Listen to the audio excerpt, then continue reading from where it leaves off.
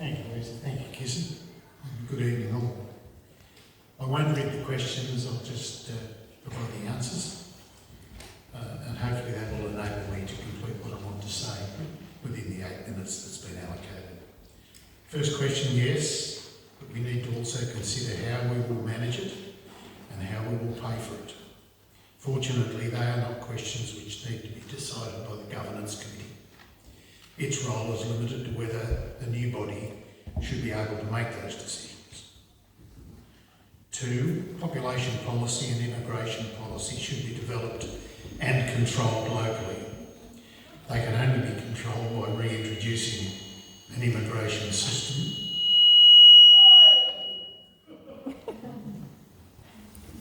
Well, I support a moratorium in the meanwhile, but it would be difficult to achieve.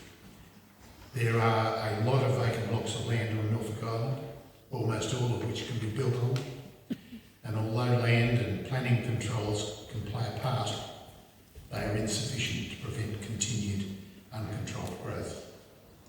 3, we need to recognise that both the Legislative Assembly and the Regional Council simply ran out of money.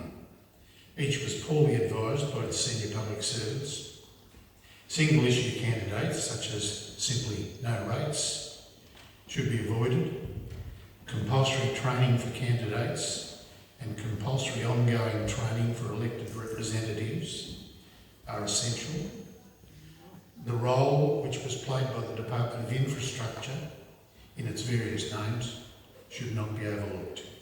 Their annual reports over many years show their long-standing antagonism towards self-government on Norfolk Island. They appear to have actively worked towards the destruction of self-government rather than supporting its success. Competent public service based on Norfolk Island is essential. 4, I think we should be careful about continually blaming the global financial crisis for our woes. Both the Legislative Assembly and the Council made mistakes in that they spent more money than they had in the bank.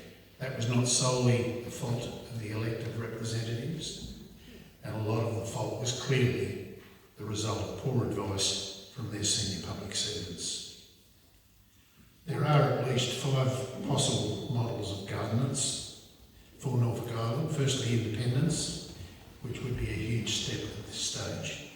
Secondly, a compact of free association along the lines of the Cook Islands vis-a-vis New Zealand, which I support. Reinstatement of a parliament with wide powers and extra controls, which I support.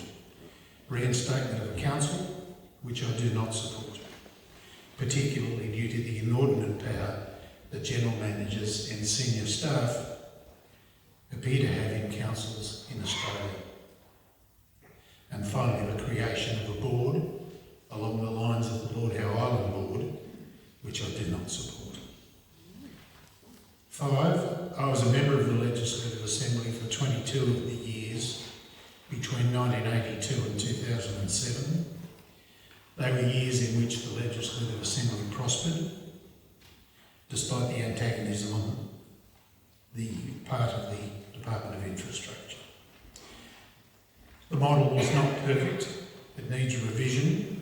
In particular, large contracts should be treated as borrowings, and the restrictions on borrowings should apply to them. At the very least, they should require the approval of the community of a local referendum before they are entered into. I was not a member of the Regional Council. In my view, it failed because of poor advice from its management. And some of the elected councillors were clearly out of their depth. The system allowed the general manager to tell each of the elected councillors to go and sit in the corner and mind their own business. And the Department of Infrastructure may have been delighted to sit back and watch all of that happen. 6, my preference is a parliamentary model or free association with additional safeguards, but I've not closed my mind to other possibilities if they make sense. 7, I've lived on Norfolk Island for 48 years. My wife and our 2 sons were born here. This is our home. We're not looking to make a quick quid and bail out. My experience as a Legislative Assembly member up until 2007 and my 50 years of experience as a lawyer on Norfolk Island and in Australia, together with experience working in the Senator's office on a number of occasions, have all given me what I believe is a sound insight into what works. 8, there will be 6 members of the Governance Committee. 3 will be controlled by the Commonwealth and the Queensland Government. The other 3 will be elected by the Norfolk Island community. It is important that they represent the Norfolk Island community and act in accordance with the community's informed wishes.